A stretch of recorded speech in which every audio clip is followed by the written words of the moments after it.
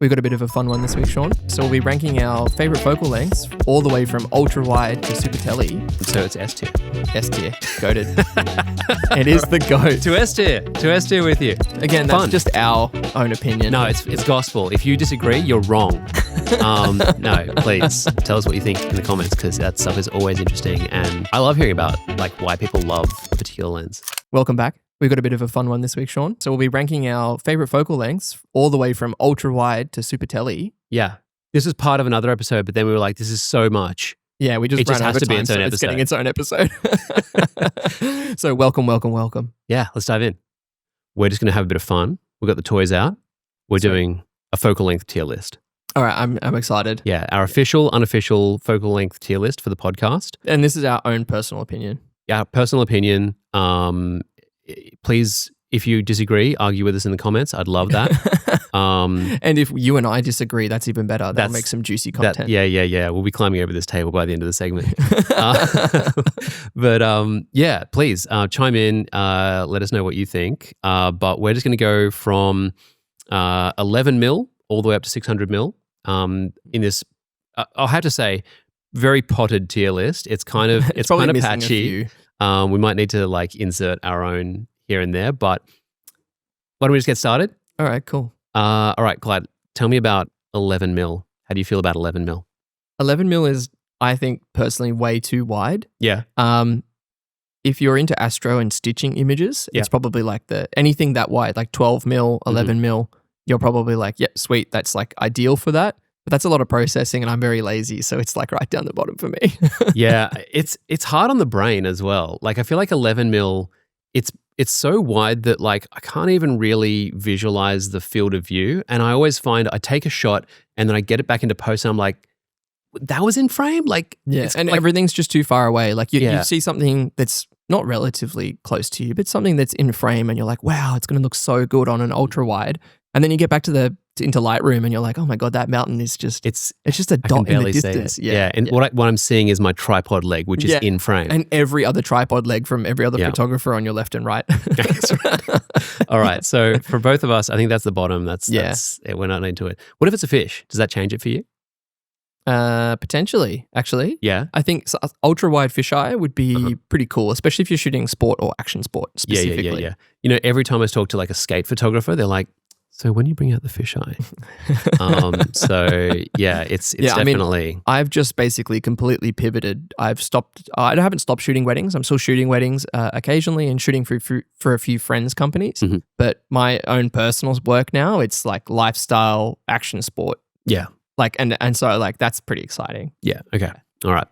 I'm still leaving it in the bottom tier. 14 mil. 14 mil. Love it. Yeah. They're generally not too big, especially like the more of the newer ones. So I think size and weight are like big thing to me. Yeah. I think the 14 is pretty cool, but it's not up the top for me just because I think it's just like a fraction too wide. I'm hearing like it has its place. Oh, it has its place for sure. And like all the astrophotographers I know, it's kind of like, oh, well, why would I buy anything else? Oh, 100%. Yeah. And especially, I mean, like getting into the like specific stuff, but I mean, the 14-1.8 is like, it's an astro powerhouse. Oh, it's gorgeous. Yeah. It's what you want. Yeah. So yeah, okay, all right. 14, we're going to say it's got its place. It's definitely a thing. 18 mil.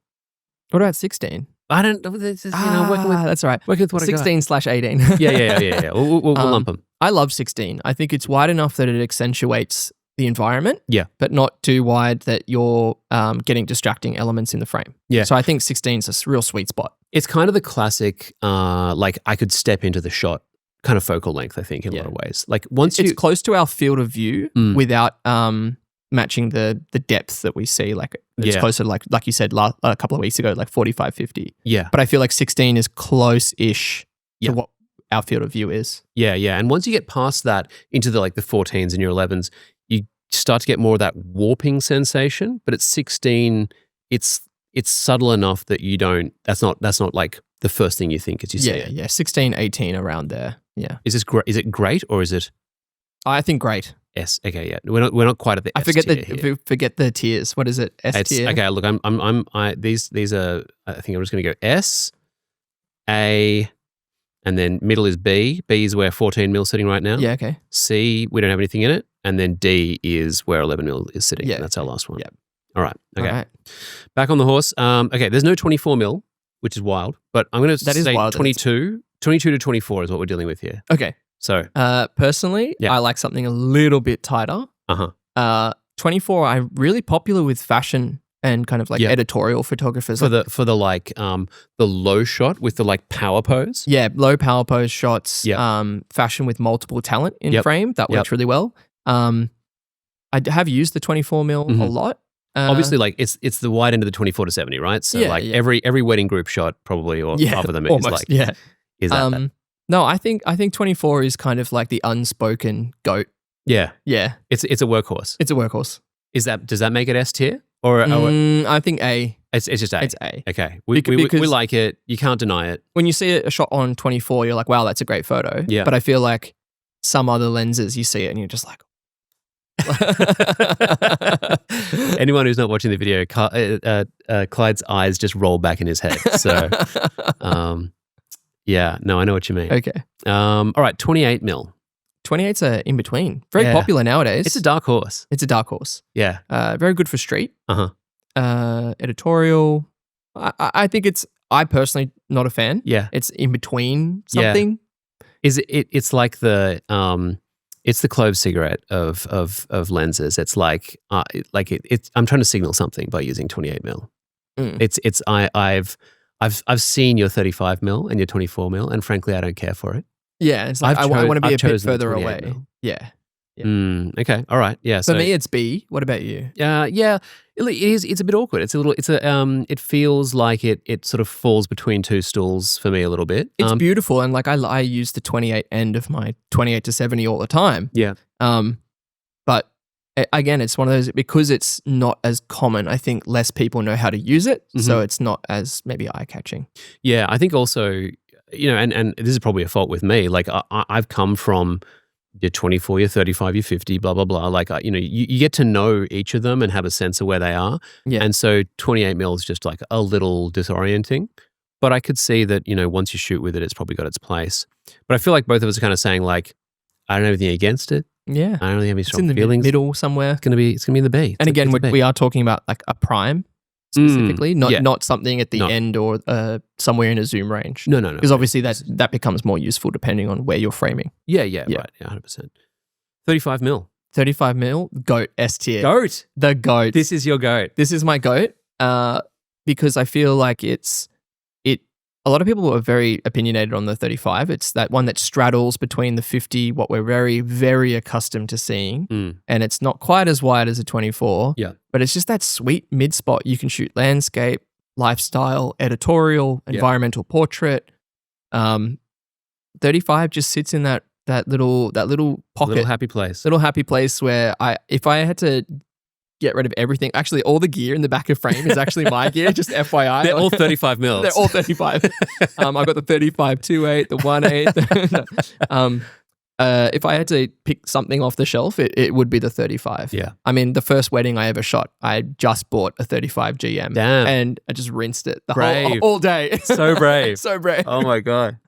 It is like the normal, but it just gives you that little bit of extra pop of like perspective. Like it's the environmental portrait. Yeah. It's if you're filling the frame with someone, you're getting a little bit more perspective on the face. You're getting a bit more personality. Yeah. And then if you're just backed off like we are, you're getting like where they're working, what they're doing. Yeah. It's a harder one to work with than a if you're shooting at 85, you almost don't have to think, right? Like if you're doing a portrait with an 85, it's brain off, all gas, no brakes. We just go like bang. If you can master the 35mm, I think that's a real, not just a skill, but I think it's it makes you think.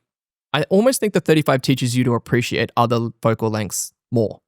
Yeah, and when you know that you're like, I should get off the 35 because the 35 is the goat.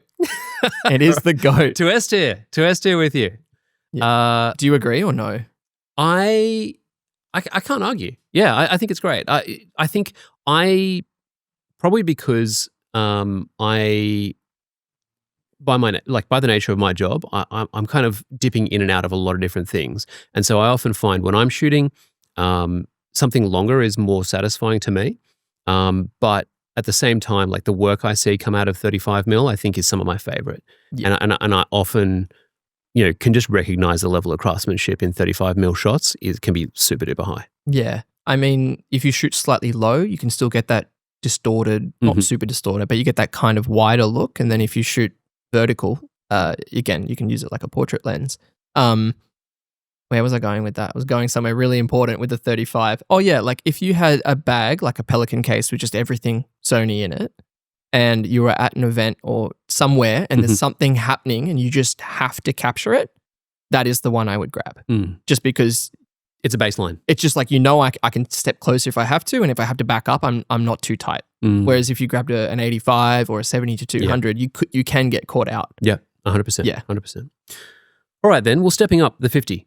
50, classic. I don't use my 50 as much as I should, but I do love it. Every time I use it, you look at it and you go, oh, that's nice. That's nice. Yeah. I think 50 has to be S tier. Yeah. Just because of the number of 50s in market from not just Sony, but famously, we have flooded the market with 50s. With 50s. What are we at now? There's 750s. That's right. Yeah. 750mm lenses. It's wild. Yeah. We had that at trivia. Yeah, we did. Just for reference, Sean Ellwood across from me right now beat ChatGPT in a Sony trivia, like a Sony themed trivia event. So not yet obsolete. Not yet Just obsolete. give it a year or two though. We'll see. Yeah. All right. So 50mm. Yeah. Look, I mean, the tough thing about 50mm is what is there left to say about it? I mean, it's the standard. It's where everything gravitates toward. It is a little bland, I think, is probably the knock against it. Well, right? I think that's just because we're used to it, right? Yeah. It also doesn't, because it's very close. I think like the real, like the true normal is like 40 something. Yeah. But because it's so close to that normal focal length, it doesn't compress really. Like we don't feel like it's compressed. We don't feel like it's wide. It's just a very neutral view. Yeah, it's like easy to look at. Yeah. Yeah. It's fine. All right. Is this a B?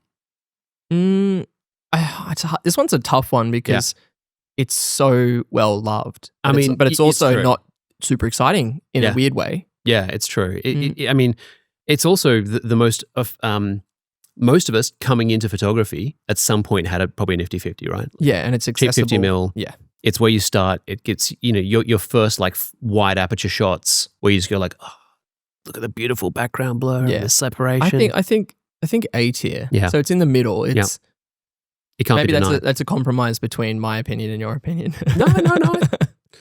Well, I mean, that's what we're doing here. Yeah. 58mm, or in our case, we're going to say 55mm. Oh, 55. I love the 55. It's got a sweet spot. We all have, I think anyone who's shot the Sony system for like a certain amount of time probably has some history with the 55 Zeiss. Yeah. And so like we're very biased here. Yeah, super biased, but I have a soft spot for it. It was wild though, because I think the 55 Zeiss, I don't know, like there was some period during the like DSLR to mirrorless changeover where the standard for sharpness in lenses just like went to the moon. Yeah. It really took off. And I feel like the 55 for me, it was the inflection point for that, because I remember when it first came out, we had that and I had to test it against something. So I went and got like the 50mm f1.4 from equivalent, Canon, which was, I mean, in fairness, that is an old lens. It's not a fair fight. But the difference in sharpness in the middle between those two lenses is insane. So I'm such a nerd that I love looking at the MTF charts of lenses. And so like obviously as you move out to the corners, you can see the taper off and things. And actually when you're interested in purchasing lenses, if you can learn to read an MTF chart, it gives you a really good indication of what the image will actually look like, which is crazy because it's just some colored lines on a chart. But there was definitely this point where I probably was just starting to shoot, but now looking back at various lenses over the last 10 years, there's this point where lines were really squiggly and then they tapered off. Yeah. And then they went kind of straight and tapered off. And now they're like almost dead straight. Yeah, that's right. That's right. Especially at the long end. Yeah. Yeah. And the 55 was one of the early ones that really just like, was doing the old straight line thing. So it's S tier. S tier. Goated. Goated. A very I know people that have 50 GMs and keep their 55 Zeiss. Yeah, well, I mean, it's tiny. It's a Mark Gaylor favorite. I think he's a very big fan of that lens. It's kind of timeless. I mean, it's definitely, it's one of those great lenses where it's not a perfect lens. It has it's definitely got like some character to it, but boy, nothing else does what it does. Yeah. All right, 85. 85. I struggle with 85. I haven't shot tons of it, and I've bought in certain 85s and then got sold them and then bought back in, and I've just got the 85 GM2. Yeah. But I use it a lot at weddings for speeches specifically, because then I can kind of just sit back.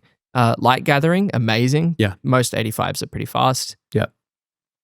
I think it's really great for portrait, but I'm hearing it doesn't spark joy for you. Only because I'm still learning to use it. I think we're talking to someone like Rachel Hadfield, who shoots like mountain biking. Yeah. Like shooting that on an 85 would be just like incredible. I just think I haven't found the right use for it yet, because I love environmental portrait. But you've done so much wedding. Surely that's like bread and butter. No, 35, 50 all day. Yeah. Okay. Yeah. All right. But then, okay, so it's not your jam, but you still feel like I can it's understand the appreciation. You've seen so the it's like shots. A tier for me. Yeah. Okay. I mean, if I was doing headshots, that would just be like, oh yeah. I think I'm the same. I love an 85. Like our 85 1.8. It spent so much time on my camera. That lens punches so far above it's crazy. Its price point. It is absolutely wild. I mean, I think also because it's light, so it's easy to carry. But yeah, it gets work done. And of course, like the GM14s, both of them, the original legendary, the new one, amazing. So yeah, I think either. Can't go wrong. A tier. The level of subjectivity in this tier list is just like this is our personal opinion. Please don't take any of this as gospel. Yeah. Okay, there's no 135 on here. So I'm going to put what about 100 mil? No 100 either. There's no hundo. There's neither. Oh wait, no, I found a 135 mil. All right, great. Let's talk about 135. 135. Do you want to talk about 100 as well? Yeah. Okay, so there's a okay. This 70 to 300 is going to be two 100s in a trench coat. So what's the 100 for you? Obviously, like I'm used to it from the low end of the 100 400. Yes, and sometimes the 100 STF. Yeah, but in saying that, I think it's just that sweet point, and there's a lot of cinema lenses at 100 rather than 135. Yeah. 100 is kind of like it's just that little bit more bokeh than an 85. Okay. Little bit tighter. And when I was using the 5150, that's when I noticed I was like, oh, I'm at 100 the whole time. Okay. So I have a real soft spot for 100. I feel like 100 mil it's the Telephoto 28 mil. It's like it's like I see your 85, I see your 135, but I've chosen 100. Yeah. I feel it's also the place where macro lives. Oh, yeah. So often your macros are going to be 100 or 90 mil. Like we've got our 90 mil macro. There's a few macros. Yeah, they're kind of all sitting out there. Yeah, I mean, like they can be impeccable. The 100 STF, I mean, it's such a. I love it as a tech guy because, like it's such a when you see weird and unique lens. Yeah, it's just like it's so cool. I think it's very different when you're like trying to thinking about opening your wallet and spending all that on such a specialized lens. Yeah. But from a tech guy's point of view, it's undeniable. Yeah, cool. So for you, is it an A tier? Oh, I think B tier. B tier, okay. B tier. It's exciting, and I really enjoy using that focal length, but it's not gonna, it doesn't blow my socks off. Yeah, like a 35 does. Yeah. Okay. I think that's fair. Fair. 135. I haven't had a heap of experience with it, but from everything I've heard, I'm speaking at the focal length, not the specific lens, because the specific lens is incredible. Yes. Like the sharpest GM ever made. Goated. I think everyone I know who owns one, it is the GOAT for them. Yeah. Like a lot of pet photographers, sports photographers. Kate Newman, who was on earlier, was talking about the 135, how she loves it. Wow. Every time I hear something about a 135 or see an image from the 135, I'm like, wow. It's true. Yeah. Yeah, I'm the same. I have used it a bit. I love it every time I use it. Yeah. But it's so hard to, you have to walk back a long way. You'd got to take a walk. And it's also hard when you're packing your kit to be like, it's on the heftier side. It's hard to say yes to sometimes. Like court photographers, like tennis, basketball, like those guys have loved it for a long time.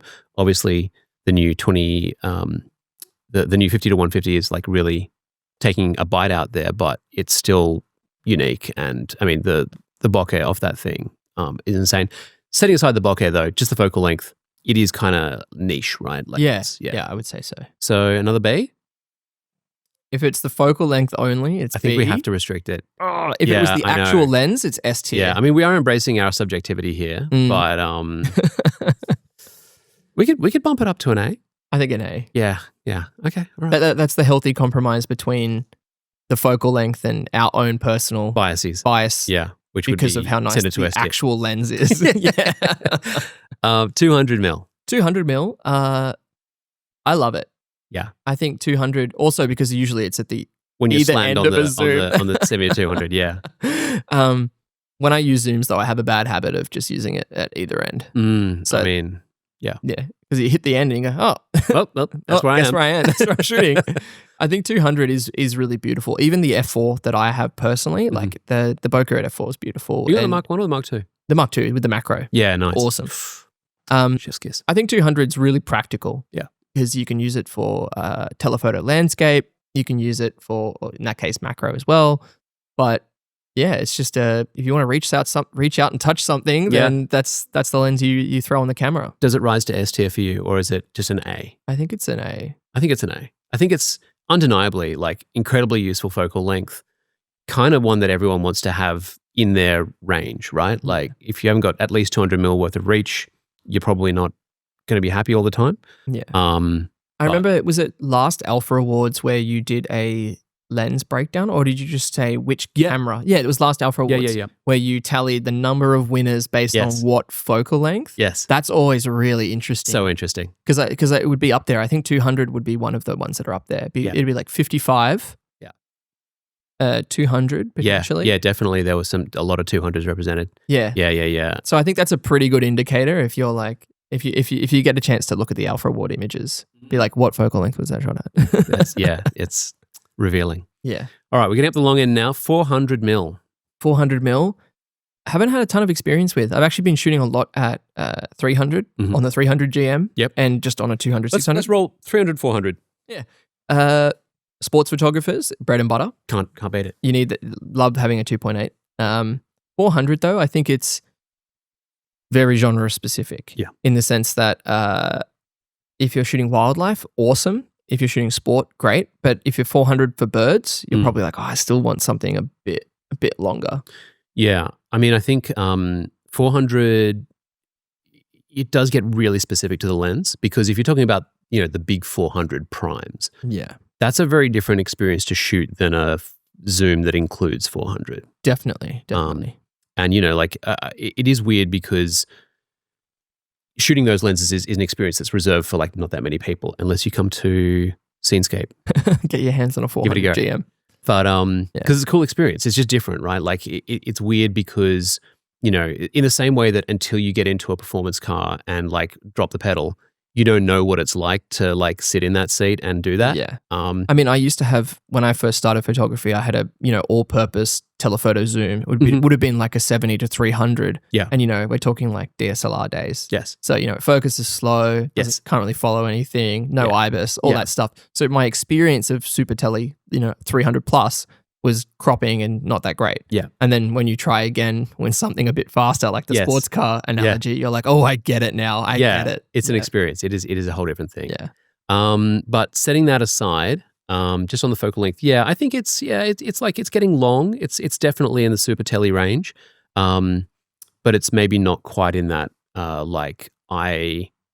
when we get to the next one, space. like which really, when you get into that ultra telephoto range, suddenly you're kind of dealing with something different. So are we saying A, or is this even down in B where it's like maybe it's not? For me, 400's in a C tier. C tier.